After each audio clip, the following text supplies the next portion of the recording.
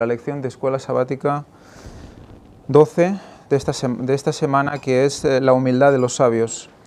Ante todo, disculparnos por haber empezado tarde. Hoy nos falta la técnico principal, que es Fanny, no ha podido estar con nosotros hoy.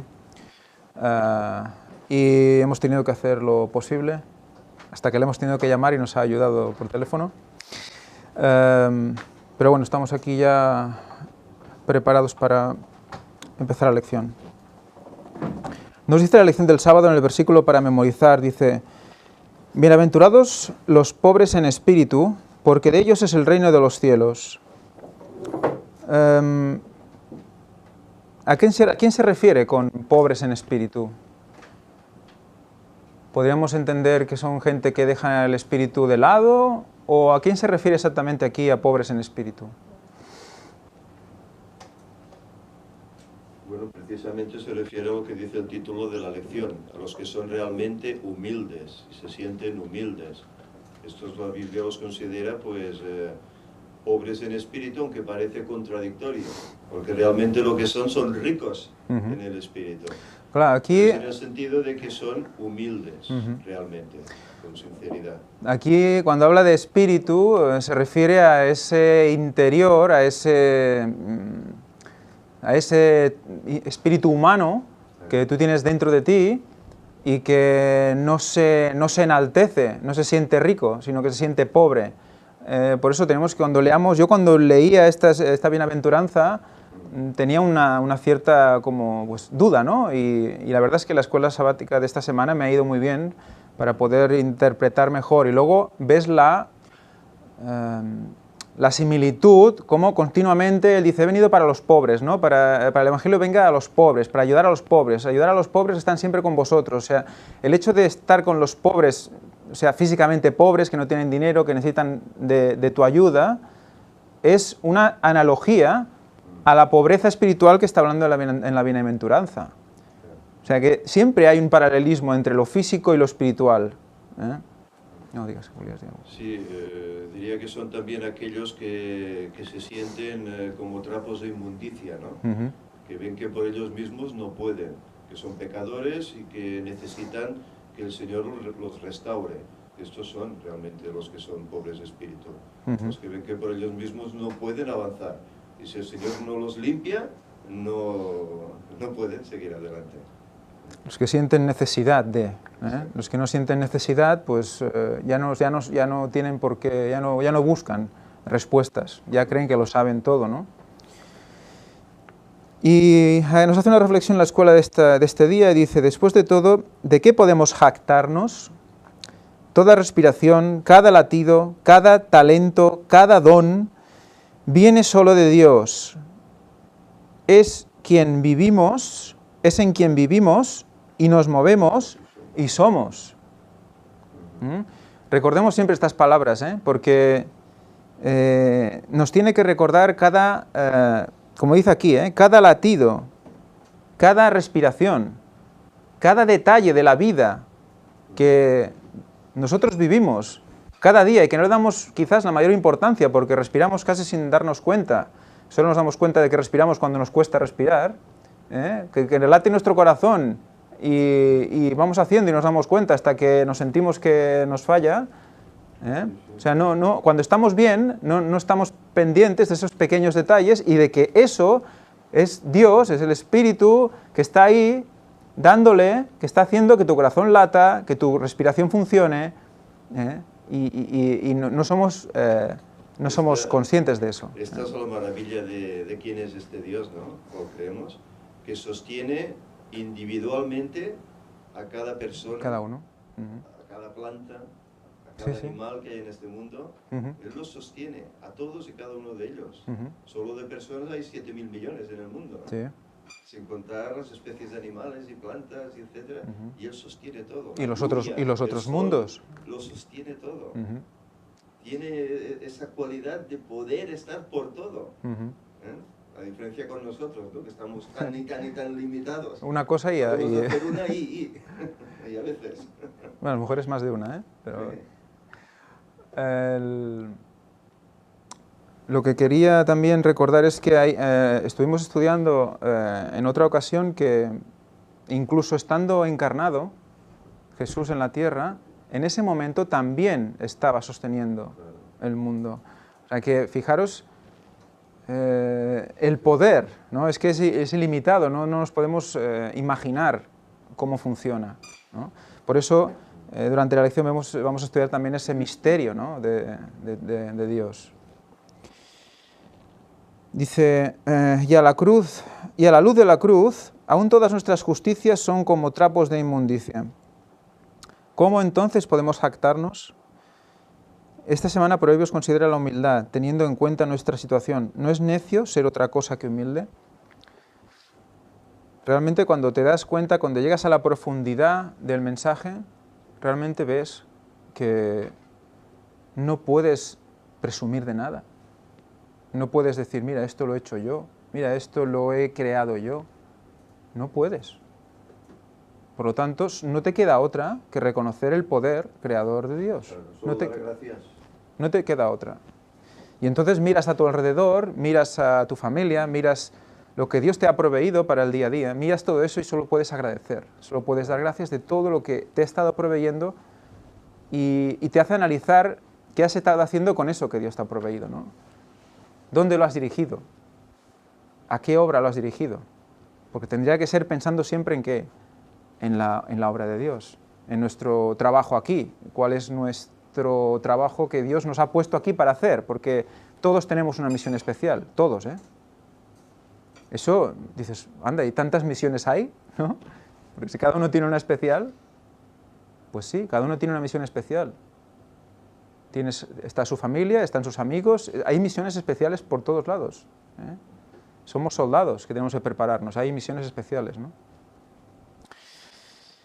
Seguimos, dice la lección del domingo. Entonces, claro, la pregunta, ¿quién crees que eres? ¿No? Nos recuerda algunos textos bíblicos donde nos recuerda la soberbia de algunos personajes como Nabucodonosor, ¿no? Cuando proclamó, dice, ¿no es esta la gran Babilonia que yo edifiqué para casa real con la fuerza de mi poder y para gloria de mi majestad? Ya, les debió poner recto así, ¿no?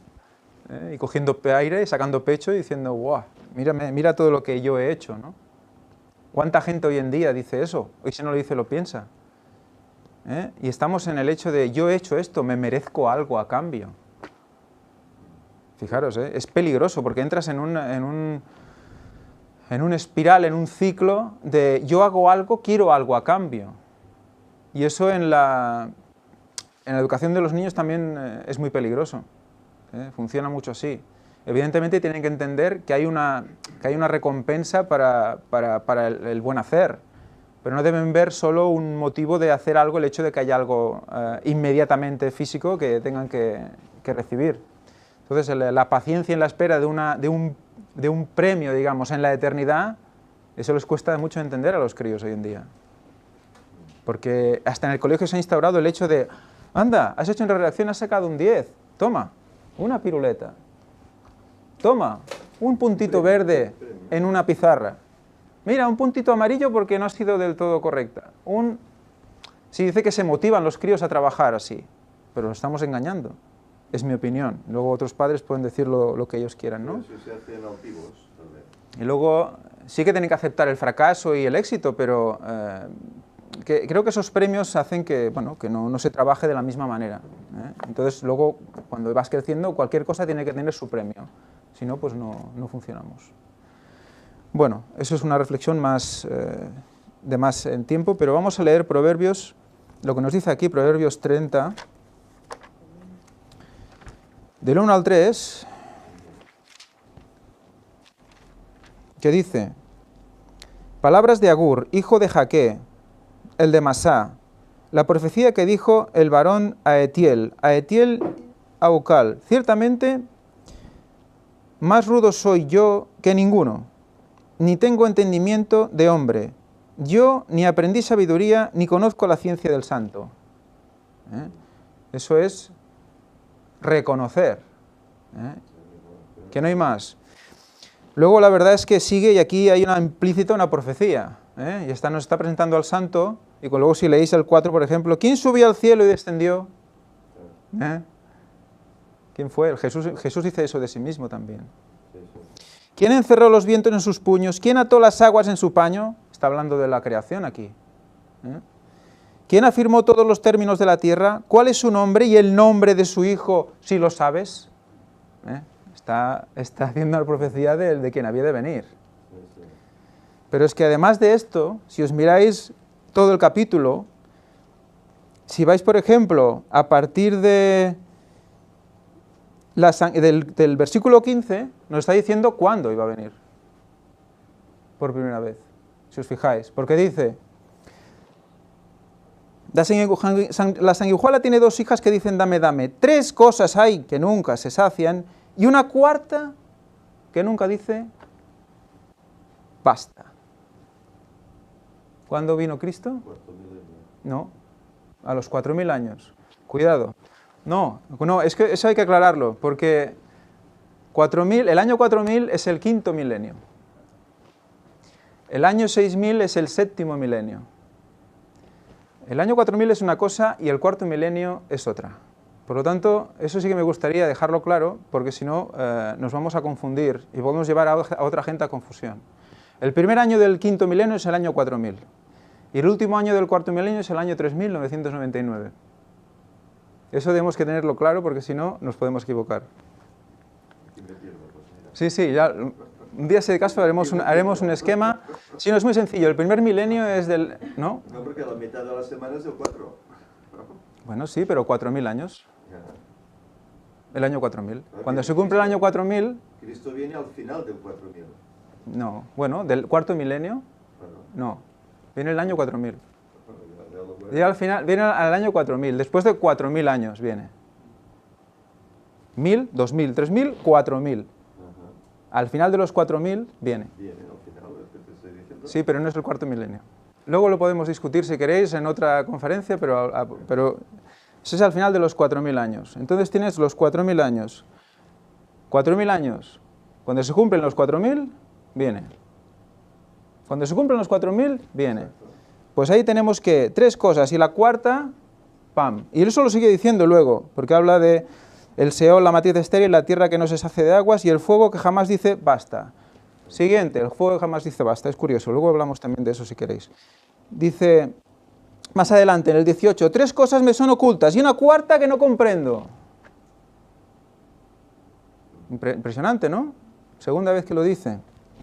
Más adelante nos dice, en el 21, por 3 cosas tiembla la tierra y la cuarta no la puede soportar. Tercera vez que otra vez, 3 y 4. ¿Os habéis fijado? Y al final en la cuarta ya directamente dice, 4 cosas, fijaros, en el 24, 4 cosas son de las más pequeñas de la tierra, pero son más sabias que los sabios. ¿Os fijáis? En el cuarto ya no dice 3 y el cuarto, sino la cuarta, 4 cosas, porque ya ha llegado, es su número. Fíjate luego, y luego sigue otra vez, y en la quinta vez que lo dice, 3 cosas y la cuarta. Es curioso que en la cuarta diga 4 y no diga 3 y la cuarta. Es como que hace énfasis en ese número, cuando ya en el primer capítulo, del 1 al 3, o del 1 al 4, en el versículo 4, nos dice, quien subió al cielo y descendió, quien encerró los vientos en sus puños, quien ató las aguas en su paño, quien afirmó todos los términos, cuál es su nombre y el nombre de su hijo, si lo sabes. Es increíble. Bueno, no es increíble porque ya lo sabemos estas cosas, pero no deja de sorprendernos cada vez cómo nos va marcando los tiempos. Y después del 29 hay el 30, el 29 dice 3 cosas hay de hermoso andar y la cuarta pasea muy bien. Y el 30, ¿qué es lo que pasea muy bien el león? Fuerte entre todos los animales que no vuelve atrás para nada. O sea... ¿Y el cuarto qué es? El cuarto del que habla aquí. Y el rey, al frente de su ejército. Está definiendo constantemente a Jesús y a su primera venida.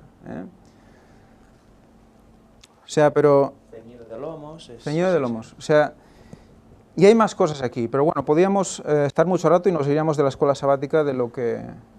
Pero quería haceros mención de esto porque realmente es que los que no quieran no lo van a ver seguro, pero vamos, es que clama al cielo como están constantemente marcando los tiempos. Seguimos con el domingo. Dice, lee Lucas 18, del 9 al 14. Lucas 18, del 9 al 14 nos dice...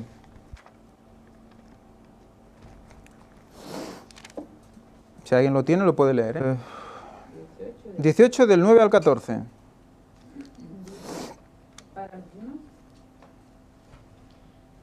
Para algunos que se tenían por justos y menospreciaban a los demás, les contó esta parábola. 2 hombres subieron al templo a orar, uno fariseo y el otro publicano. El fariseo oraba de pie consigo mismo de esta manera: Dios, te doy gracias que no soy como los demás hombres, ladrones, injustos, adúlteros, ni aun como este publicano. Ayuno 2 veces a la semana y le doy el diezmo de todo lo que gano.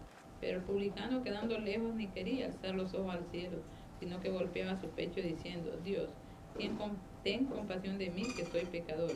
Os digo que este descendió a su casa justificado, pero el otro no, porque el que se enaltece será humillado y el que se humille será enaltecido.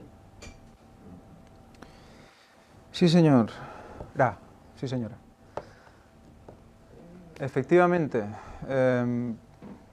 Fijaros, ¿no? ¿Cuál era el espíritu, ¿no?, de ese fariseo? ¿No?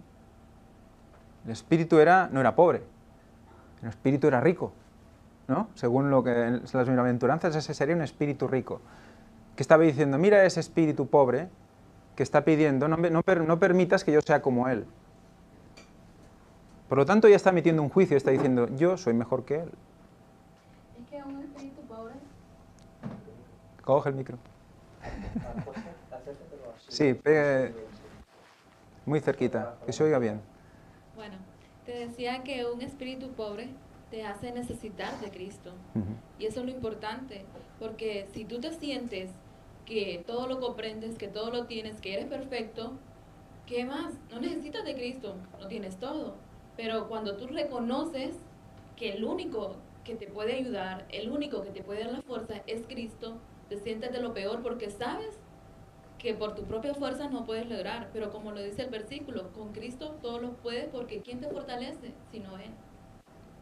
Exacto, perfecto. Y además, si crees que lo tienes todo, digamos, si ya lo comprendes todo, la pregunta es: ¿cuál es tu motivo para seguir viviendo? Porque el motivo de la vida de un hombre, ¿por qué existimos? Es para ahondar en el conocimiento de Dios. No existimos para nada más. ¿Y eso hace qué? Que lleve a la salvación. Es la consecuencia de querer conocer más a Dios. Si tú ya lo conoces, ¿qué motivo de vida tienes? ¿Qué es lo que te alienta a seguir vivo? Buscas cosas a tu alrededor que te enganchen al mundo para seguir viviendo. O sea que ya Dios nos crea con esa necesidad. ¿Para qué? Para que nosotros nos pongamos en sus manos y consigamos que a través de que Él nos convierta, nos cambie, para que ese carácter esté perfecto para cuando Él venga. Dejar el trabajo a Él, porque nosotros ¿qué vamos a hacer al respecto? Aparte de ponernos en sus manos, poca cosa más. ¿Quieres decir algo? Y por eso es que a veces nuestro Padre no nos permite tenerlo todo, porque si nos da todo en la mano, entonces ¿qué hacemos? Alejarnos de Él, porque ya no sentimos la necesidad de, como decía Angie, de querer buscarlo a Él. Entonces nos ama tanto que no nos permite eso a veces y no logramos entenderlo, porque es mejor no tenerlo todo para poder estar conforme a su voluntad, porque si ya lo tenemos, entonces ya nos desviamos. Sí, exacto. Es un engaño de los sentidos, estamos otra vez en lo mismo, ¿no? Y aquí vamos a hacer una pequeña reflexión al respecto, porque me gustaría plantearos esto. Yo he hecho una tabla que no me ha dado tiempo de ponerla, o sea que os la voy a explicar. Una tabla en jactancia y en humildad. Imaginaros dos columnas, en jactancia y en humildad. ¿Cuál es la sensación, lo que siente una persona en jactancia? En jactancia se siente enaltecido, se siente limpio, se siente puro, porque se compara consigo mismo, y en consecuencia, respecto de Dios es necio, por creer eso, ¿cierto? ¿Cuál es el sentimiento de los que están en humildad? Se sienten sucios, no limpios. Por lo tanto, su justicia, ¿qué es? Como trapos de inmundicia. Y en eso que está la sabiduría. Porque es temeroso de Dios, por eso se siente humilde, por eso se siente pequeño, se siente débil, no como el de la otra columna que se siente fuerte. O sea, esa es la sensación que tienen. Pero ¿cuál es la realidad? La realidad de la columna de la jactancia es que están sucios, cada vez más sucios. Y la realidad de la columna de la humildad es que están en proceso de limpieza. Fijaros cómo hay la realidad objetiva que solo Dios conoce, porque nosotros no podemos compararnos con alguien, es imposible porque no sabemos toda la verdad de la otra persona, ni siquiera de nosotros mismos. En cambio, Dios sabe el objetivo, y como Él sabe que nosotros no podemos juzgar con objetividad, nos pone lo que debemos sentir. Y Satanás utiliza lo mismo, pero al revés. Os lleno de sentimientos placenteros para que no veáis vuestra realidad. Dios nos dice, fijaros, esto es suciedad, y como te hace amar la limpieza, la quieres quitar lo más antes posible. Y cuando la has quitado, te enseña a otra y dice, esto también es suciedad. Y cada vez de lo más pequeño, tú lo ves más sucio, y más sucio, y más sucio. O sea, cuanto más cerca de Dios, más lejos te sientes. ¿Es un síntoma eso de estar lejos de Dios? No, es todo lo contrario. Pero ¿qué hace? Que quieras más estar con Dios.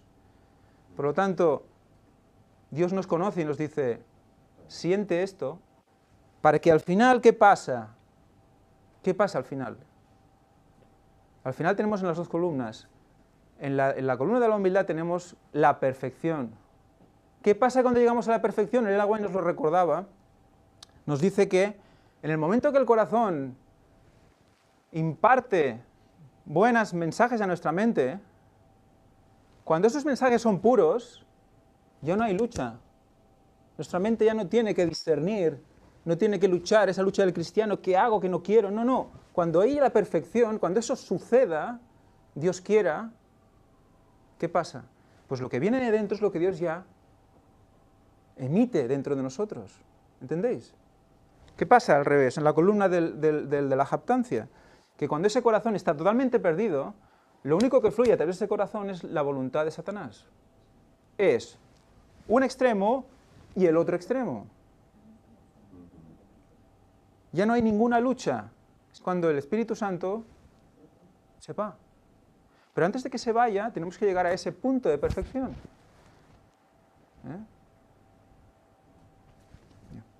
Sí, de todas maneras, en esto hay un peligro. Hay un peligro que tal vez no se ve, pero está. No podemos pretender, no sé cómo si lo explicaré bien, el llegar aquí a una perfección absoluta. No podemos pretenderlo. Aquello de, bueno, incluso pues, com diem en catalán, caficarse, ¿no? Aquello, o sea, como se dice en castellano. Bueno, empecinarse. Empecinarse, eso es que hoy he cometido este pecado, es que me falta, es que, uy, yo no soy digno ante el Señor, me verá mal, no me podrá perdonar. Ese es el peligro que hay. Sí. Que tampoco tenemos que exagerar esta nota, decir, ostras, es que yo tengo que ser puro, inmaculado, sin mancha, perfecto, si no el Señor no me pero es mirará, que ¿no? tú no lo puedes decidir. Claro, pero me refiero que tampoco podemos estar, bueno, yo tengo que ser perfecto hoy y como hacía Lutero, ¿no os acordáis la experiencia de Lutero? Lutero se veía sucio y el hombre pues se rascaba y hacía lo que fuera porque se veía sucio, hasta que comprendió la justificación por la fe. Entonces él se dio cuenta que lo que a mí me falta, Cristo lo pone, pero no aquello de estar cada día, oye, es que yo tengo que mejorar. Esto es un peligro. Esto es un peligro que nos llevará a un extremo que hará que finalmente, como no llegamos a esa limpieza, perdamos la fe y lo perdamos todo. Por eso digo, hay un peligro aquí. Eso hay que ir con mucho cuidado. Sí, el peligro es que seas tú el que juzga eso. El peligro es que seas tú el que juzga eso. El peligro es que yo diga, tengo que ser así. No, ¿cómo tengo que ser así? Es Dios el que nos cambia. Yo no pretendía decir que debemos estar nosotros viendo cómo estamos. No sabemos cuál es nuestro... En sus manos, y al día a día intentar mejorar. Pero aquello porque un día, pues por lo que sea, hemos cometido un error, pues no hundirnos, sino, ay, es que ahora el Señor pues ya no me mirará, ya no me perdonará. Se sobreentiende eso, yo creo. Claro, entonces es aquello que tenemos que santificarnos, pero no aquello también meternos ahí, hay que hacerlo porque sí, si no el Señor no me aceptará tal cual soy. No, esto es lo que le pasó a Lutero, como antes os decía, ¿no? Y por eso digo que hay que ir con cuidado en eso.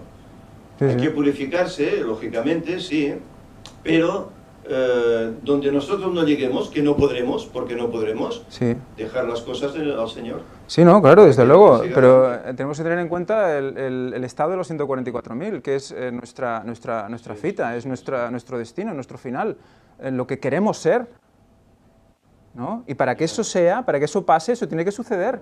Por lo tanto, yo no digo que nosotros tengamos que hacer nada más que ponernos en manos de Dios, no podemos hacer otra cosa. Es la obediencia la que va a pasar en eso. Nosotros no vamos a ser conscientes de la perfección. No vamos a saber si somos perfectos o no. Pero claro, aquí incluyen muchas cosas, porque no es solo mi experiencia personal, es mi relación con los demás. Claro. Porque yo tengo una familia, yo tengo hijos, yo tengo amigos, y que no me vean pues como un ser súper santísimo al cual no se pueden acercar porque es demasiado inmaculado y se alejen de él, y en vez de llegar se alejen de ti o tú te alejes de ellos. Es a lo que me estoy refiriendo. Sí. Que cuando uno se quiere ver tan perfecto, y es que no llego y tengo que llegar, y claro, no me puedo relacionar con este porque me mancha, o con no, pero es que no te ves perfecto si estás en el camino de santificación. Este es el peligro que me refiero que hay, este es el peligro, ¿no? Que queriendo ser tan perfectos, nos alejemos de los demás, o los demás nos vean como inalcanzables. No, pues a él no me acerco porque lo mancho, ¿no? A ver, esto no pasará si estás en el camino de Dios. Bueno, lo digo porque a veces he leído ciertas cosas y tal, y por eso lo digo, ¿eh? Vale. Hay que ir con cuidado, que no todo es... Cuidado. Bueno,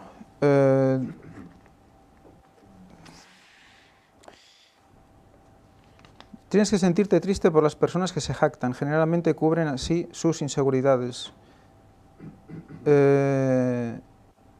Suele pasar, ¿no?, que hay gente que empieza a acusarte de ciertas cosas, ¿no?, y resulta que ellos están sintiendo eso y por lo tanto saben o creen que tú también lo estás sintiendo y acusan, ¿no?, y es como si se acusaran a sí mismos, ¿no? Esa tendencia, eso pasa a menudo. Un conocimiento de Dios, bueno, es una reflexión sobre lo que ya casi hemos hablado ahora. Nos recuerda el 34 que nos apunta Jesús, que eso ya lo hemos comentado ahora.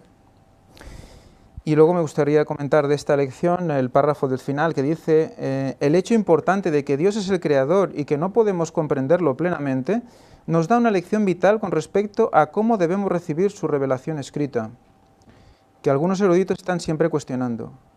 ¿Quién somos nosotros, cuya comprensión incluso de las cosas más sencillas de la naturaleza está cubierta de nubes y llenas de misterio? Para desafiar la palabra de Dios, aún las partes que nos dejan perplejos o nos perturban.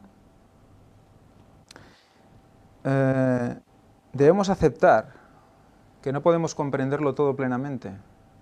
Debemos aceptar que Dios nos va a mostrar las cosas que cree adecuado que debamos comprender. Y no pretender ser Dios.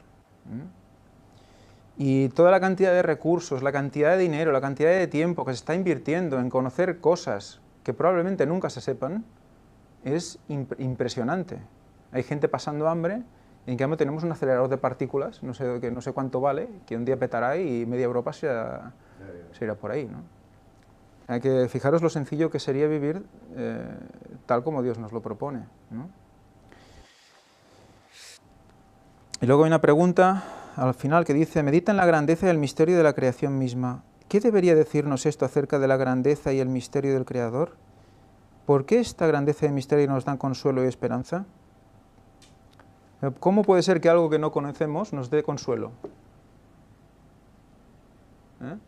Es curioso, ¿no? Muchas veces el conocimiento de todo lo que está a tu alrededor es lo que te da seguridad. Dices, esto ya sé cómo va, esto va así, ya sé cómo va todo y estoy tranquilo, ¿no? Pero ¿cómo puede ser que algo que no conoces te dé seguridad? Pues muy sencillo, porque, bueno, tú miras un eclipse y dices, mira, te dicen que tal día va a haber un eclipse a tal hora. Y dices, ¡wow! Y hace flash, y pasa. De aquí a 11 años habrá otro. Lo han dicho, de aquí a 11 años habrá otro, en 2026. Y será clavado, flash. Y dices, ¡wow! ¿No? ¿Cómo puede ser? ¿No? Todo está cronometrado. Dios tiene su momento para sus cosas. Todo es alucinante. Y eso te da seguridad, el hecho de ver que hay un poder que es tan infinito que no se puede explicar, que no sabes, no puedes medir la profundidad ni la anchura. Y dices, si puede hacer eso, conmigo puede hacerlo lo que yo le permita, en el sentido de que dejarme o no dejarme llevar por él, ¿no? No hay límites. Tu fuerza está en tu debilidad. ¿Te sientes débil? Eres fuerte. Por lo tanto, no hay límites, ¿no? En Cristo. Bueno, es una reflexión interesante también. Luego llegamos al... Vosotros me vais cortando y tal, ¿eh? Si os ocurre algo, yo... Martes 17. Ni demasiado ni muy poco. Muy interesante este versículo, es Proverbios 30, del 7 al 9. 30, del 7 al 9, que dice... Aquí el profeta dice, 2 cosas te pido, no me las niegues antes que muera. A mí me gusta mucho esta introducción.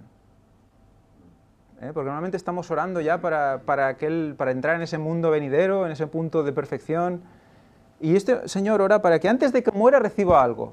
Y dice, vaya, egoísta, ¿no? ¿Qué quiere vivir este mundo? Pero fíjate lo que pide, dice, aparte de mí, falsedad y mentira. No me des pobreza ni riquezas. Concédeme mi diaria ración de pan. Es una oración perfecta.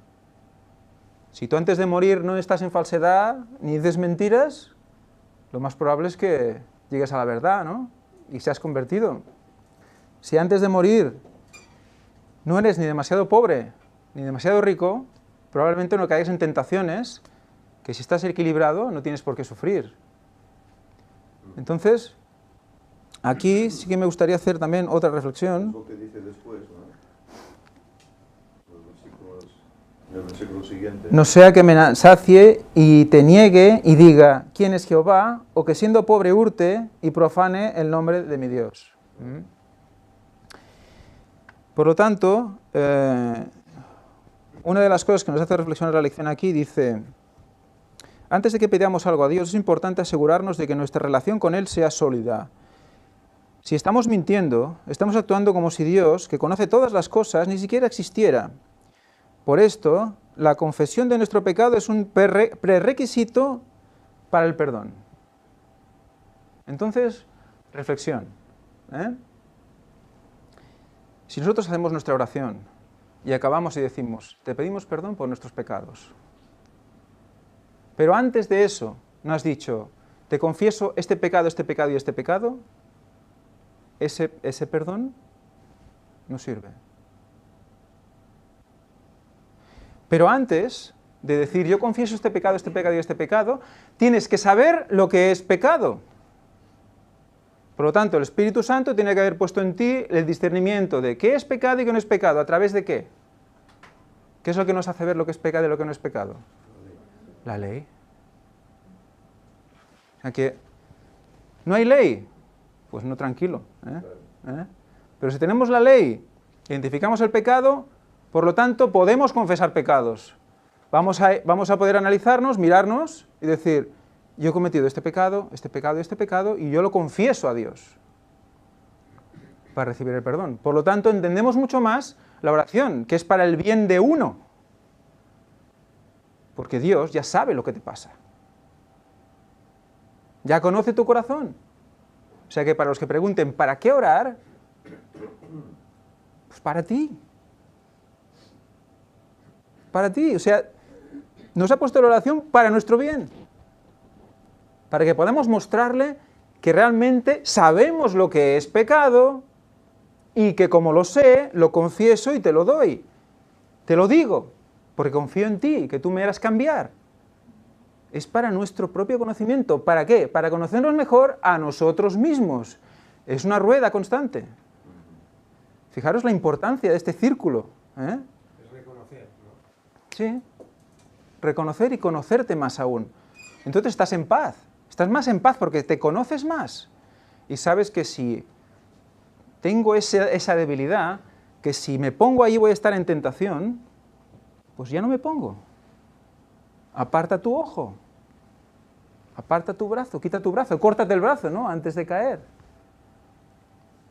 O sea que todo es, en esta lección, todo me ha hecho reflexionar. Ha sido muy interesante.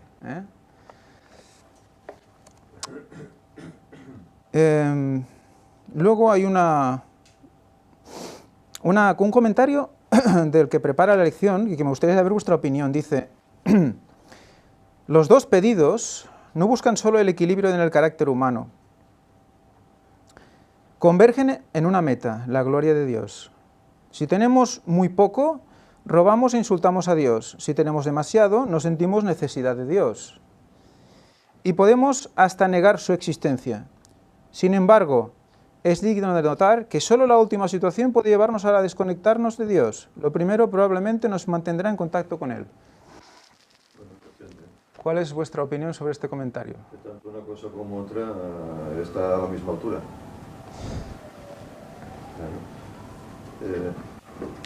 El problema es el mismo, tengas mucho o no tengas nada. El problema es el mismo. Si no tienes nada, también puedes olvidarte de Dios. Mira, es que no me quiere, es que me ha dejado solo, pues, por lo tanto. Si tengo mucho, pues claro, como tengo mucho, tampoco lo necesito, ¿no? Por lo tanto, las dos opciones son negativas. Por eso lo que dice el proverbio, lo que dice también el salmista, no me des mucho para que me olvide de ti, ni me des poco para que te maldiga, lo justo para que me mantenga a tu lado. El día a día, ¿no? Claro. Comes, respiras, vives. Sí. Un equilibrio. Dios, ¿no? Un equilibrio. Hay un equilibrio. Porque si no, a ver, si resulta que uno es más importante que el otro, entonces el versículo está mintiendo. Exacto. O sea, se está negando, está contradiciendo el propio versículo bíblico. Y eso me hace pensar en esa situación de pobreza voluntaria. Sí, bueno, como muchos, ¿no? Como jesuita. Exacto. Sí. Es lo primero que te entra a la cabeza, el jesuita, que se despoja de todo voluntariamente para llegar a un sufrimiento, a una situación de extrema humildad cuando no es necesario. Y el Papa. O el mismo Papa. Pues por eso te digo que no me gusta este comentario final porque está negando la palabra de Dios y está introduciendo a la gente a una humildad en extremo, o sea que estaríamos en la extrema humildad como provocada. Yo me como estas manzanas que son desechadas para no gastar dinero y para que no se crean que yo soy elitista. Elena White nos recuerda, come el mejor alimento que puedas comer, que puedas tener. Si tienes que comprar algo, compra la mejor calidad, porque es mejor comprar algo de buena calidad que te dure que no comprar algo barato cada 2 o 3 días. O sea que tenemos que tener también equilibrio en eso. O sea que si no estamos entrando en ese juicio de lo que es ser humilde y lo que no. Fijaros que cómo nos puede llevar Satanás tanto a uno extremo como al otro extremo si somos nosotros los que deciden. Porque a veces creemos que ser humilde es andar en Arabia. Sí, exacto. ¿No hay ricos humildes? Y también viene a decir que si robamos nos mantenemos en contacto con Dios. Sí, claro. Bueno, te da a entender una... Si insultamos a Dios robando, que está enseñando su ley, nos mantenemos en contacto y eso nos mantiene unidos a Él, según el autor. Cuando es mentira, si persistes en un pecado muchas veces, al final ya no te parecerá pecado y por tanto ya no, está como, no verás parece que que justifique el robo necesario, ¿no? Es una cosa extraña, sí. Pero bueno. La humildad no depende de lo mucho o lo poco que tengas. La humildad es interior, es del corazón, es de la mente. Puedes tener mucho y ser muy humilde. Y no tener nada y no ser nada de humilde. Y esto es así. Eso está en el corazón. Tiene que ver con tu espíritu que decíamos antes, ¿no? Eso es. Lo único cierto aquí es que sí, si eres muy pobre y te hablan de Dios, querrás más y tendrás una esperanza. Si eres muy rico, dirás que te dejen en paz. Es lo único que se podría sacar de bueno de esto. Sí. No, a ver, Que Elena White siempre Elena White nos recuerda que es mejor vivir en una cierta necesidad que no en un exceso. Eso sí que nos lo recuerda, que si puedes irte... Hay más posibilidades de que vayas creciendo mejor que no que estés en exceso. Entonces te dice, vete al campo, pero eso no quiere decir que estés ahí estirado en el suelo muerto de hambre esperando que te caiga la fruta en la boca, ¿no? Quiere decir, vete al campo, ¿por qué? Porque hay un trabajo que hacer, hay una necesidad, una dependencia de Dios, de la naturaleza, y por lo tanto vas a conocer la naturaleza, que es conocer a Dios, y vas a saber esperar a su momento, la primavera cuando llega, el verano cuando llega, el invierno cuando llega, tendrás una previsión, o sea, todo eso es formar un carácter, al final. Cosa que las comodidades hoy en día pues nos han inhibido. Abrir la nevera es muy fácil. Comer fresas en invierno también. Ahora. O sea que todo es posible, ¿no? Parece que todo es posible. Muy bien. Seguimos pues. Las acciones de los arrogantes. Pues bueno, estamos un poco dando vueltas sobre lo mismo. Nos recuerda unos versículos sobre maldecir a tus padres, la justicia propia o el mismo desprecio. Estamos en lo mismo, o sea, si no se tiene conciencia de pecado, que es lo que el Espíritu Santo intenta por todos los medios meter en nuestra mente para que nuestro corazón se convierta en un corazón de carne, si eso no funciona, si eso no lo dejamos que ocurra, no puede haber confesión. Y por lo tanto pedir perdón por algo que pides automáticamente pero no sabes exactamente por qué, no tiene un sentido. Es una oración vana, es una palabra y ya está. Y eso lo hemos hecho todos, creo. Y tenemos que espabilar un poco. Tengo la intención, si Dios quiere y me da fuerzas y tiempo, de hacer un pequeño taller de oración. No porque yo sepa mucho orar, sino porque lo necesito. La verdad es que creo que es necesario. Si os leéis el libro La oración, es un recopilatorio de Elena White, de los libros de Elena White sobre la oración. Hay muchísimas cosas que deberíamos hacer al respecto, que creo que no hacemos ya como grupo. Porque habla de las verdades para el tiempo, para las verdades presentes, cómo deberíamos orar juntos de vez en cuando por el ministerio que se está haciendo. Y cómo deberíamos dirigir nuestra oración. Y creo que eso es necesario, debemos hacerlo, porque si no nos vamos a quedar a medias, ¿no? Y eso tengo muchas ganas de hacerlo. Espero que Dios me dé fuerzas y tiempo, porque yo lo necesito también. Es como que yo debo investigar más sobre esto, ¿no? Y me gustaría pues que todos lo hiciéramos en conjunto.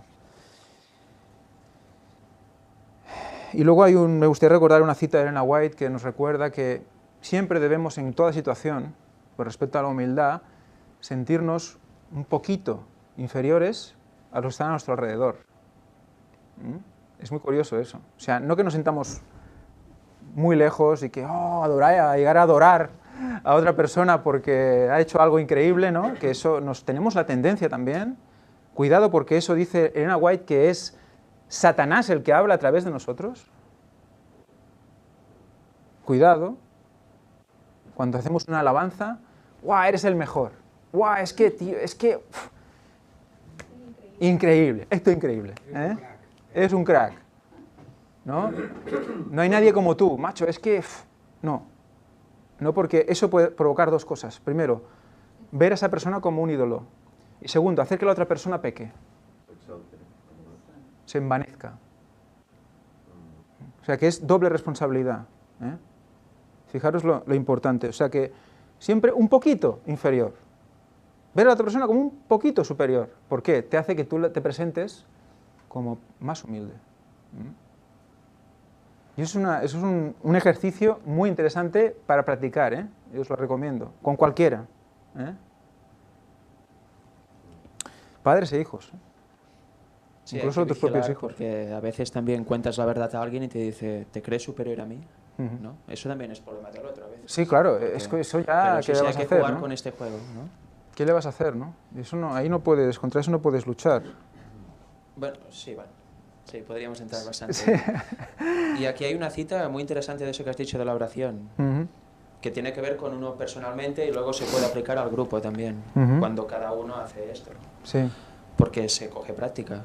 Si el Salvador de los hombres, a pesar de su fortaleza divina, necesitaba orar, y ahora pone signo de exclamación, ¿cuánto más deberían los débiles y pecaminosos mortales sentir la necesidad de orar con fervor y constancia? Cuando Cristo se veía más fieramente asediado por la tentación, no comía. Se entregaba a Dios y gracias a su fervente oración y profecía y perfecta sumisión a la voluntad de su Padre, salía vencedor. Por tanto, directamente iba a orar. Y luego dice, sobre todo los demás cristianos profesos deberían... a ver si es muy pequeño, voy a ampliarlo. Sobre todos los demás cristianos profesos, deberían los que profesan la verdad para estos últimos días imitar a su gran ejemplo en lo que en la que la oración se refiere. O sea que ahí está poniendo dos grupos, los cristianos que predican la verdad presente. Dice, estos deberían estar por encima de los otros en este tema de la oración, o sea, practicarlo mucho más, en todo momento, y luego en grupo. Eso es una de las razones por la que creo que es conveniente que hagamos algo parecido. Y un taller es taller por el hecho de que se practica. Entonces la idea es leer y en ese mismo momento practicar oración. En esos momentos que todos los que estén viéndonos y todos los que estemos aquí practiquemos una oración tal como nos recomienda el Espíritu de Profecía y la Palabra de Dios que hagamos. O sea que es un ejercicio que creo que nos va a ayudar a todos. Va a ser una cosa, va a ayudar a todos y al ministerio, a la verdad presente, a transmitir esto a otros sitios, al trabajo que ahora mismo Víctor ha hecho en otros lugares. O sea, todo funciona así. Creo que es en esa cita que él ha leído, que no has leído toda, creo, que hay un punto que habla que Cristo está orando toda la noche, que hasta el rocío se le pone en la barba. ¿Qué quiere decir? ¿Está pasando calor? No. ¿Está pasando comodidades? No, está orando ahí hasta que el rocío ya le viene encima y sigue orando ahí porque es lo único que va a hacer que los que están a su alrededor funcionen, se salven, oran por las almas. ¿Qué poder es el que va a salvar a los demás? El poder de Dios, el poder del Espíritu, ¿no? Es increíble cómo es en beneficio nuestro y en el de los demás esa oración, es intercesora, no sé. ¿Y Elena White? Bueno, Fíjate, Ángel, que nosotros en el grupo que tenemos allá, un grupo pequeño, porque también es un grupo pequeño así, nos hace énfasis, un hermano nos ha hecho bastante énfasis en la oración y de verdad que nos ha ayudado mucho levantaros de madrugada, porque era cuando Jesús, él lo hacía de madrugada siempre, porque es el mejor momento, el silencio no te interrumpe, un canto, la bulla de un perro, la bulla de un animal. Entonces nos ha hecho mucho énfasis y créeme que nos ha ayudado mucho. Siempre he creído que pues orar mucho y no solamente por la condición de unos, no por la condición de otros, por todos los demás, ¿verdad? Y ha sido muy bueno, sí, sí, sería muy bueno que lo implementáramos. Sí, que potenciemos, sí. Sí. Porque es que luego tú oras por alguien y esa conexión con esa persona se fluidifica, se intensifica, sientes más amor por esa persona, te preocupas más por esa persona, por lo tanto empieza a haber una red de amor, porque el amor es un poder, no es un sentimiento. En la White describe que el amor es un poder. Por lo tanto, ese poder debe llegar a muchísima gente, a nosotros entre nosotros y a los que están fuera de nosotros, fuera del grupo. Por lo tanto, entendámoslo así. Y creo que va a ser profundo el hecho de conocer el poder de la oración, porque va a hacer que todos veamos las cosas con más, digamos, objetividad, ¿no? Nos vamos a preocupar por las cosas que debemos preocuparnos, no por las que no debemos preocuparnos. Eso me lleva comiendo la cabeza, lleva bastante tiempo comiendo la cabeza y espero, si no soy yo, sea otro, es igual, pero que alguien lo haga. Aquí en la cita que decías dice, durante el día trabajaba fervientemente haciendo bien a otros para salvarlos de la destrucción, sanaba a los enfermos y consolaba a los que lloraban, impartía alegría y esperanza a los desesperados y comunicaba vida a los muertos. Después de todo eso, de terminado su trabajo del día, salía por las noches y se alejaba de la confusión de la ciudad para apostarse en algún huerto apartado, donde oraba a su padre. A veces los brillantes rayos de la luna resplandecían sobre su cuerpo prostrado y luego nuevamente las nubes y las tinieblas le privaban de toda luz. El rocío y la helada de la noche caían sobre su cabeza y su barba mientras él estaba en actitud de súplica y con frecuencia continuaba sus peticiones durante toda la noche. Él es nuestro ejemplo, si le recordáramos e imitáramos seríamos mucho más fuertes en Dios. Impresionante. Y luego viene lo que he leído antes. Y la helada, o sea, el rocío y la helada. Sí, porque yo donde vivo hiela en invierno y muchísimo. Además estoy en el bosque El clima de Israel es como aquí, ¿eh? y me imagino... Sí, sí, igual. O sea, hacerlo en Honduras no tiene ningún tipo de mérito.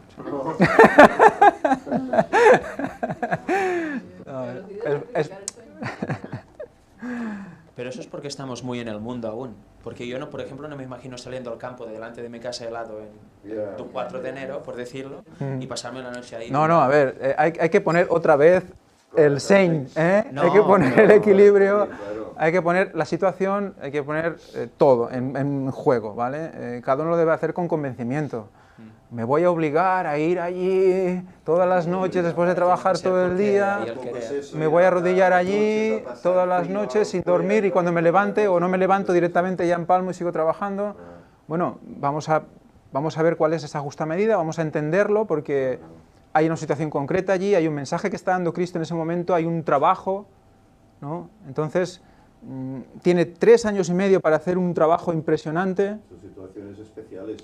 O sea, vamos a ver, el Nahuay nos recuerda que tenemos que ir a dormir pronto, levantarnos pronto, hay toda una serie de reforma pro salud que hay que hacer también. O sea, que tenemos que equilibrar esto, tenemos que llegar a un punto de equilibrio porque somos un pueblo que tiene un mensaje, pero también tiene el mensaje de dar ejemplo en muchas cosas, ¿no? De hecho, él en mayúsculas pone el querer y el hacer, ¿no? Por tanto, si un día quieres hacer eso, será porque él te lo ha puesto, sí, no por ti mismo, si no, sí que exacto. será A mí un yugo terrible, me han dicho ya un par de veces, voy a ayunar por ti. Pero ¿qué dices? Pero yo no lo voy a hacer y tú sí. Voy a ayunar por ti. Y yo, ¿cómo es posible? Yo no sé, ¿cómo le viene ese sentimiento de decir, no, yo voy a ayunar por ti porque creo que debo hacerlo, ¿no? Es que es un poder impresionante. Y esa persona no la he tenido nunca delante mío. Pero tenemos una amistad que yo no sé, el día que nos abracemos nos vamos a estrangular. Y él cree que debe ayunar por mí. Ostras, pues claro, hay veces que le digo, pero ¿has comido bien? ¿Estás bien? No sé, ¿estás seguro? ¿Vale? Él es así. ¿Eres así? Bueno, pues claro, yo no puedo compartir lo mismo, pero quizás otra cosa puedo hacer por él. No sé, no juzguemos, ¿no? Eso es lo que quiero decir, ¿no? Que todos no tenemos el mismo don pero tenemos que tomar ejemplo de quien debemos tomarlo, ¿eh? No hablan de, por ejemplo, de la reforma pro salud. Por ejemplo, cuando les digo de buscar a Dios en oración de madrugada, pues también ella nos da ejemplo que tenemos que acostarnos temprano, para que si no pueda decir, o uno no sienta eso, como que el cuerpo se siente pesado. Y cuando nosotros a veces nos acostamos temprano, entonces ya de madrugada pues estamos despiertos y tranquilos, pues. Entonces ese es el equilibrio, No debemos entender de madrugada la 1 de la mañana, sino debemos entender la madrugada que si vas a dormir, cuando ella comentaba que eran las 9, 9:30, 10 o algo así, creo que habla ella de ir a dormir aproximadamente, de 9 a 10. 6 horas son 9, 6, 15. O sea que a las 3 o las 4 de la mañana tú ya estás de pie, ya puedes orar, puedes leer, te da tiempo a hacer todo lo que tienes que hacer. O sea, y en silencio. O sea que es muy interesante cómo el tiempo se puede equilibrar, sí. Yo durante una época noté el poder de la oración y gracias a eso sé dónde tengo que volver, a qué punto. Ay, ay. Y no, porque luego se fue, por alguna razón, pero durante un tiempo sentí una necesidad tremenda de orar, pero iba por la calle, tengo que orar, y un día había quedado con un amigo y le dije, vendré un cuarto de hora más tarde, 15 minutos más tarde, porque tenía que orar y estaba en mí. Y cuando lo hacías en aquel estado, salías fortalecido, le hablé solo de Dios a este amigo. Te salía de dentro, por eso que no es tú, es él, que te lo pone y nace, y por alguna razón. Y yo estoy deseando, ahora que has dicho eso del taller, te apoyo, vendré a tu taller, pero estoy deseando... No es mi taller, no es mi taller. El taller de él. Pues eso. Llegué a este punto una vez, durante una época, me pasó varias semanas, y quiero volver a este punto porque estaba bien, eras consciente de todo, de lo malo al instante, ay, y enseguida orabas con propiedad, no cualquier oración, con propiedad, con sentimiento, y salías renovado. De hecho, era como si te alejaras del mundo, iba caminando por la calle, pero no iba. Es que, así, claro, vives en la tierra físicamente, brutal, pero en el cielo mentalmente. Y eso hacía Jesús. Y luego también tocaremos el otro punto, ¿no? El otro punto, es decir, no tengo ningunas ganas de orar. Estoy desdichado, o sea, no me hables de orar. Y entonces es cuando más tienes que orar. Nos recuerda Elena White también, ¿eh? Cuando menos ganas tienes de orar, más necesidad y más bien te va a hacer orar. O sea, imagínate cómo el sentimiento, en ese momento no te dice voy a orar. No te lleva como en ese momento comentabas tú. Pero resulta que en realidad, lo que decíamos antes, sentimiento y realidad, en realidad es cuando más debes orar. O sea que, imagina, es por fe. Te mueves por fe, porque te dicen, si lo haces estarás mejor, si lo haces vas a llegar a un fin, si lo haces es voluntad de Dios. Créele y hazlo, ¿no? Es una prueba de fe constante. O sea, solo el hecho del trabajar con la oración ya estás trabajando la fe, estás trabajando ver cuál es la voluntad de Dios para ti, toda una serie de cosas. O sea, es un trabajo interior que, vamos, tiene que ayudarnos. Pero si no quieres orar, te pones a orar. Lo siento, pero tienes que coger el micro, porque si no, ellos están grabando, me oyen, yo digo sí, y ellos no oyen nada. No, es que es una pregunta con respecto a lo que dijiste. Sí. Pero tienes que orar, es cuando más tienes que orar cuando tú no lo quieres hacer, sí, dice. Pero si no lo quieres hacer, no te sale sinceramente. ¿Lo harías hipócritamente entonces? No, tú sinceramente. Mira, Dios. Pero si no tienes el querer hacerlo, ¿qué es igual, tú le dices lo que sale de tu corazón, que es, no tengo ganas de orar. Enséñame, ayúdame. Sí, no tengo ganas de orar hoy. Estoy desquiciada, no quiero orar. Sincerarte. ¿Por qué? ¿Por qué no quiero orar, Señor? Enséñame por qué. ¿Por qué estoy enfadada contigo? ¿Por qué no me das esto? ¿Por qué no me das lo otro? Muéstrame mi pecado. ¿Por qué no puedo orar? ¿Por qué estoy mal? ¿Por qué no me das ganas? ¿Por qué no estoy flotando? ¿No? Pues todo eso, es que nos dice eso, dice, no se va a ofender Dios, dice, no, en ningún momento, por nada que le digas. ¿Está siendo sincero? Claro. Claro. Bueno, no insultemos, ¿no? Pero quiere decir que hay unas maneras, ¿no? Pero luego eso es lo que coge el espíritu y clama y con gemidos indecibles, Claro. y Jesús coge eso y lo presenta ante Dios, explicado de una manera que no te puedes ni imaginar. Así muestras tu necesidad de Él, Claro. de esta forma, vaciándote así. Imagínate que solo le fueras a Él cuando estás bien. Entonces, ¿qué trabajo hizo Jesús por los desvalidos, por los desamparados, por los pobres de espíritu, como estamos haciendo ahora? Entonces, solo era para los que juzgaban si estaban bien o mal. ¿Quién juzga si estás bien o mal? Estás teniendo una sensación de que estás mal, pero que en realidad no estás tan mal. Satanás te hace ver que estás fatal para hacer que no conectes con Dios. La oración es una conexión. Dice Elena White que cuando enchufas, hay una corriente de agua, hay una corriente eléctrica, un poder que te vivifica, solo por el hecho de enchufar. Un chorro. Un chorro, sí. Habla de un manantial, un chorro. Tienes que imaginar eso. Ese es el hecho. Eso es lo que te hace vivificar. Lo que tú le vayas a decir, ya lo sabe. Pero lo tienes que exponer para tú escuchártelo a ti misma. Es un bien... Es para beneficio propio eso. Y luego orar por el Ella otro. lo sabe. Sí, sí, y tú lo sabes lo que Es estamos para diciendo. tu beneficio propio. Cuando oras por el otro, No es para que el Señor te escuche, es para tu beneficio, para que tú crezcas. Porque Él a partir de ahí derrama bendiciones sobre ti. no, y cuando tú oras, estás así, estás fatal, Él ya sabe lo que tú necesitas. y oras por tu hijo, por tu hermano, por tu madre, Claro. aún es más beneficio. Aún es más beneficio. Vivifica tus huesos. O sea que Que nuestras necesidades ya las conoce. Claro. somos nosotros. Ceder por otro. Una cosa es orar por mí, no, Señor, dame esto, dame aquello, necesito esto y lo otro. No. Y otra cosa es orar por los demás. Sí, sí, porque... Cuando se ora por los demás, es cuando esa oración es más contestada. Y cuando uno se edifica más. Y se ve más cercano a los demás. Más ayudador de los demás. Más animoso hacia los demás. Es así.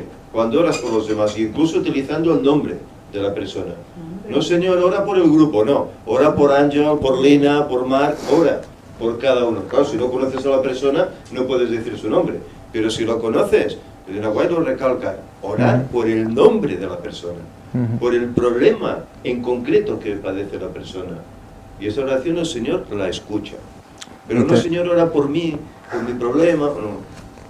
Eso, Yo. el yo Porque- no beneficia para nada. Y fíjate que cuando tú escuchas lo que estás orando, te estás dando cuenta en ese momento Que tus problemas también, pero no, pero conoces en ese momento, yo lo he experimentado hace unos años.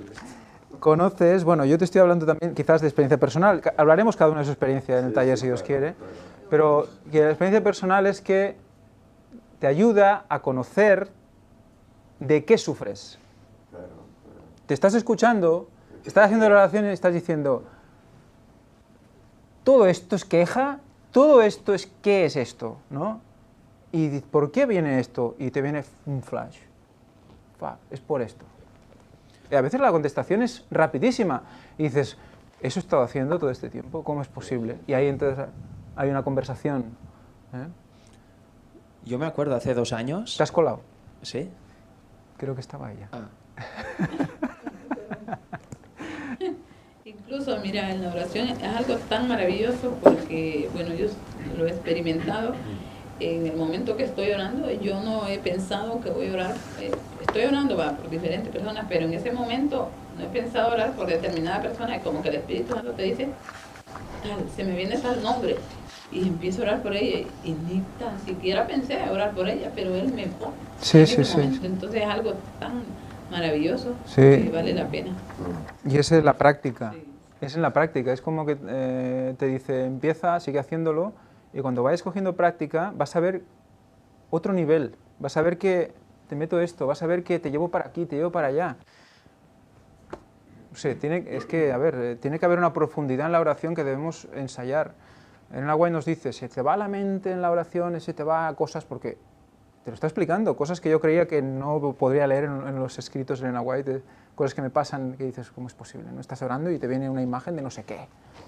Digo, ¿eso qué viene aquí? ¿Qué es esto? Y te das dando cuenta que cuando llevas 2 minutos estás pensando en no sé qué del trabajo, pero no. Entonces dice, cuando pasa eso, dice, es igual, tú recházalo y recupera la concentración y sigue ese camino. Te vuelve a pasar, es igual, recupera y sigue. O sea, es un trabajo mental, es una oración consciente, no es una meditación trascendental. Sí, pasa todo. Pero hay que conseguir eso, creo yo, que al hecho de ensayar eso, poco a poco va a haber una barrera que ya el cerebro va a ir poniendo a esos pensamientos que van a estropear esa oración. Y poco a poco va a ser más profunda, poco a poco va a ser más intensa. Vamos a vivir más, como comentaba Fred, ¿no? Con la mente en el cielo y el cuerpo en la tierra, ¿no? Pues no, una pequeña experiencia personal de 1 minuto. Pues tenemos 1 minuto. Perfecto. Pues hace 2 años que llevaba unos meses empezando con el Evangelio. Me acuerdo que estaba en mi casa en el ordenador, no sé qué hacía, y mi madre en el sofá, que estábamos en la misma sala, y de golpe, de la nada, me empieza a decir: ¿qué estás haciendo ya en el ordenador? ¿Qué estás mirando estos vídeos de adventistas que no sabes lo que hay? Yo pensé, ¿qué está pasando? Aquí hay algún demonio.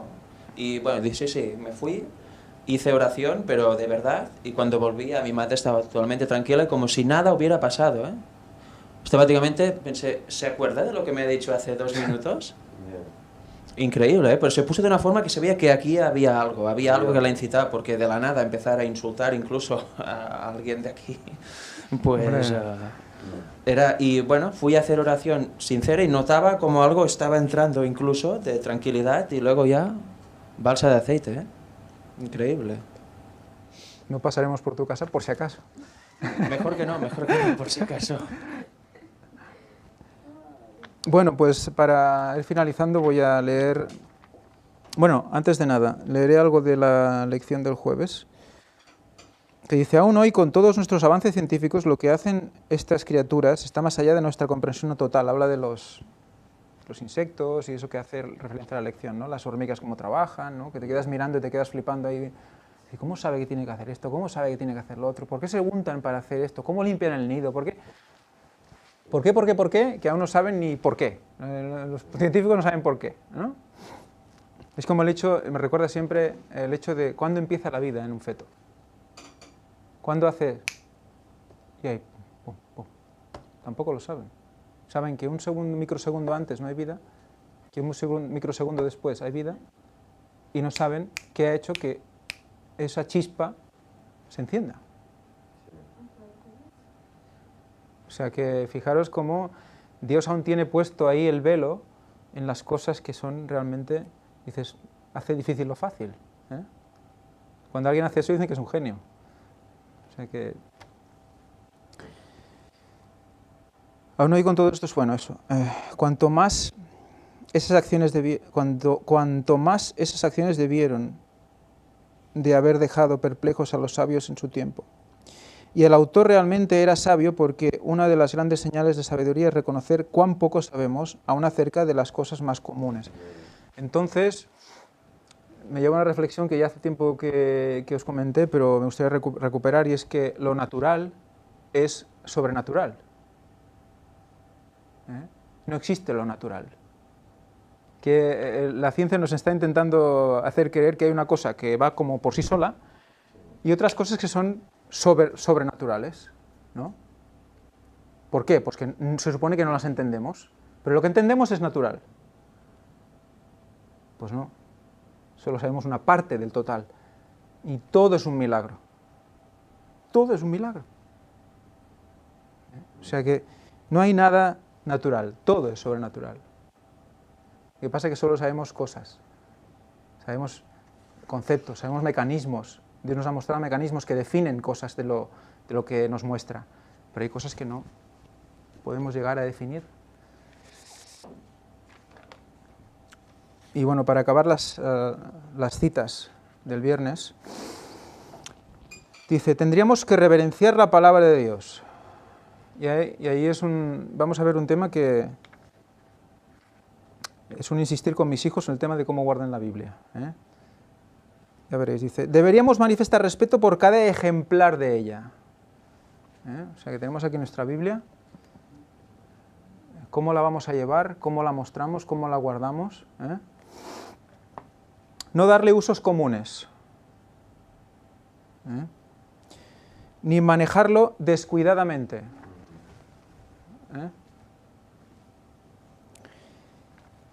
Nunca se debería citar la Escritura en broma,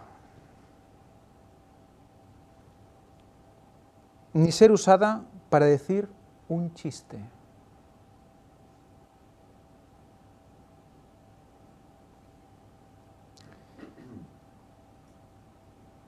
Toda palabra de Dios es limpia, dice la palabra de Dios.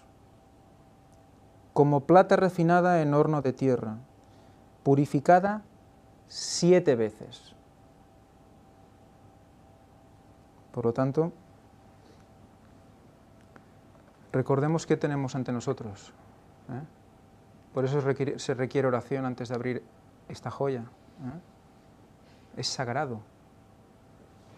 Lo que decíamos del amor, el poder del amor, cuando tú abres, el poder llega a ti. Esto tiene poder, no es solo papel y tinta. Incluso Elena White nos recuerda que decía que una vez después de muerta, mis escritos tendrán más poder. Y recuerda que cada cosa que nosotros hacemos, un cuadro, un escrito, algo, tiene implícito poder. Impresionante, ¿no? O sea, que cuando otra persona va a leer ese escrito y va a mirar ese cuadro, va a recibir ese poder. Fijaros lo increíble, de hacer todo para gloria de Dios. Cuando tú vas a trabajar, cuando tú vas a hacer una casa, cuando tú fabricas lo que sea, cuando vas a pintar, todo para gloria de Dios. Porque estás imprimiendo en esa pintura poder de Dios, amor. Y esa persona cuando esté dentro de esa casa va a recibir eso. Fijaros. Elena White nos recuerda también cómo la educación no es solo dar conocimiento, es impartir energía vivificante. Dice que así educas. O sea, que imagínate cómo debe ser nuestra mirada, cómo debe ser nuestra palabra, para no sermonear, sino realmente educar en profundidad. Hay mucho más de lo que vemos en todo lo que hacemos y decimos.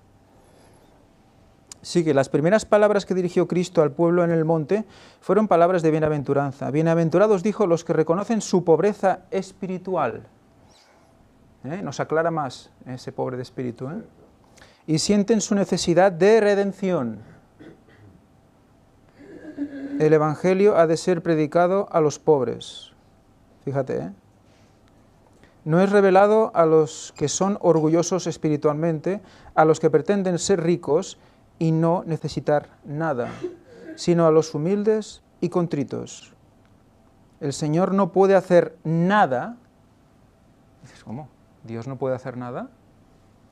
Para sanar al hombre hasta que, convencido éste de su propia debilidad y despojado de toda suficiencia propia, se entrega al dominio de Dios. Claro, no cuenta. ¿Cómo hace el diablo? Si quisiera podría, sí, es Dios. Sí, claro. Pero tiene una ley que Él mismo debe cumplir. Si no, por lo tanto, nada si no hay primero que esa puerta que abres. Ya estoy aquí y llamo a la puerta, ¿no? Abro la puerta y llamo. Y ese cerrojo que solo está por tu lado, ¿no? Que Él no puede coger la maneta y abrir, sino que está solo por dentro. Dentro está el cerrojo, de ti, de tu lado. Y tú tienes que hacer clac y abrir. Entonces entra. Entonces puede recibir el don que Dios espera concederle. Impresionante también. Hay un don para cada uno mínimo, para cada uno de nosotros. Pues está esperando para concedértelo a que tú te des. ¿A que abras? ¿A que te dejes? Y dice, toma, don. Y es luego cuando haces su voluntad, cuando todo es una espiral de bien. Ella ella tiene acceso sin reserva a aquel en quien mora toda la plenitud.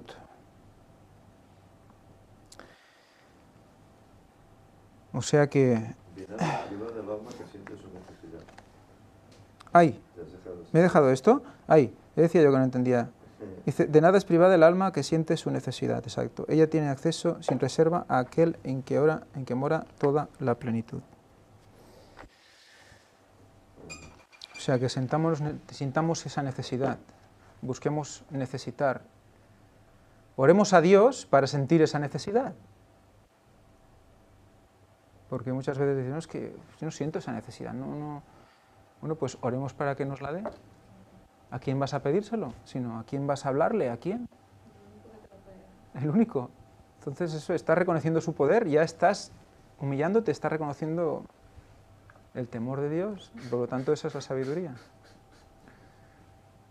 Bueno, pues... Y te ves débil, claro, te ves pequeño, pero grande. Es que, claro, todo es doble filo, ¿no? Es pequeño pero grande, es débil pero fuerte en él. Muy bien, pues que Dios os bendiga. Vamos a... Bueno, queríamos hacer un pequeño anuncio, una cosa que nos pasó ayer. Y vamos a poner una pequeña diapositiva. Ahí he vuelto. Muy bien. Pues hablando de oración, os voy a pedir oración. Os voy a pedir oración porque a partir de... Bueno, ya sabíais, teníamos la intención de conseguir un lugar para poder poner el Museo de la Creación, que es poner todas las muestras que tenemos arqueológicas y pruebas con el tema de Ron Wyatt, los viajes que Víctor ha hecho a Estados Unidos. Tenemos réplicas de fémurs gigantes, de muchas cosas que queríamos colocar en exposición. Y la verdad es que ayer celebramos una pequeña recepción, una modesta recepción, para conmemorar la boda de Víctor. Y justo en el lugar donde fuimos a hacer a comer, pues al salir, bueno, con las prisas y tal, pues, ostras, oye, que no habéis pagado. ¡Uy! Ostras, espérate, ¿no? Si lo teníamos aquí, disculpa y tal. Yo me enteré luego y luego yo, como yo me había ocupado de concertar el lugar, pues llamé al dueño y le dije, oye, pues disculpa que haya pasado esto y tal, ¿no? Lo siento mucho, tú, ¿no? Dice, no te preocupes, ya ves, esto es normal, ¿no? No pasa nada. Dice, lo que queráis, tenemos sitio para lo que queráis, mientras esté abierto esto lo podéis ocupar cuando queráis.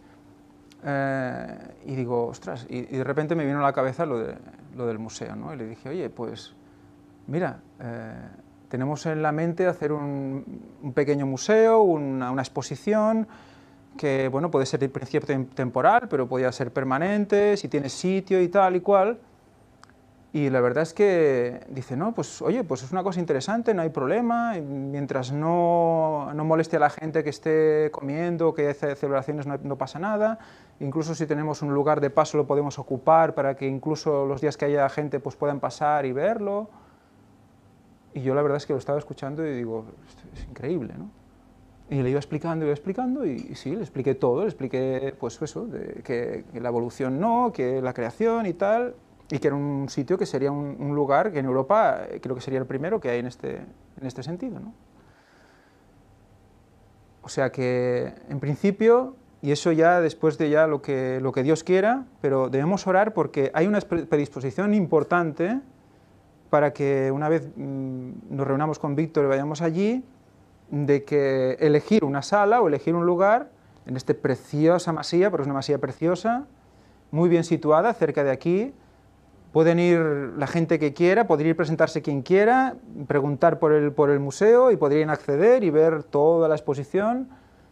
O sea que se nos ha abierto una posibilidad realmente preciosa por unos caminos que no sabes nunca cómo Dios actúa, ¿no? O sea, además, cuando yo me ocupé de concertar esta pequeña recepción, ya me vino a la cabeza este. O sea, fue el primer y único sitio donde se preguntó, donde se concertó. O sea, no busqué nada más. Y es muy curioso que todo esto después haya caído, haya desembocado en que sea posible que podamos, y pido vuestras oraciones porque la verdad es que si podemos exponer aquí que parece ser que todo es correcto, que sí, además que pasa mucha gente, que es un sitio realmente famoso aquí, que es un lugar donde hacen muchas bodas y hacen muchas comuniones, bueno, eso ya es otra historia, pero las hacen y la gente va y puede entender y puede comprender y quedarse pues flipada por una foto del arca o sea, ver algo y poder coger dípticos y quizás ver algún vídeo, firmar un libro que han asistido, no sé. Se puede hacer cosas increíbles, ¿no? No hay límite luego en lo que se podría hacer aquí, ¿no? O sea que no quería exponéroslo porque ayer no sabía quién llamar, este no lo coge, este no me lo coge, porque no sabías si decírselo a alguien. Y digo, va, mañana lo presentaremos. Pues nada, os pido oración para que esto pueda suceder, porque la verdad es que puede ser algo realmente bonito y puede abrir los ojos a muchísima gente. Se puede concertar visitas en autobús, por aquí hay unos parkings increíbles, se puede hacer, bueno, cosas que si Dios lo bendice va a ser, vamos, un paso de gigante en expresar y presentar todos estos descubrimientos.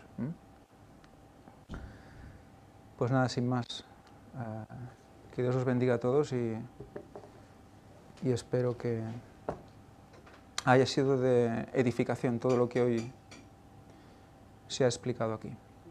Que haya sido el Espíritu Santo el que haya guiado todo esto.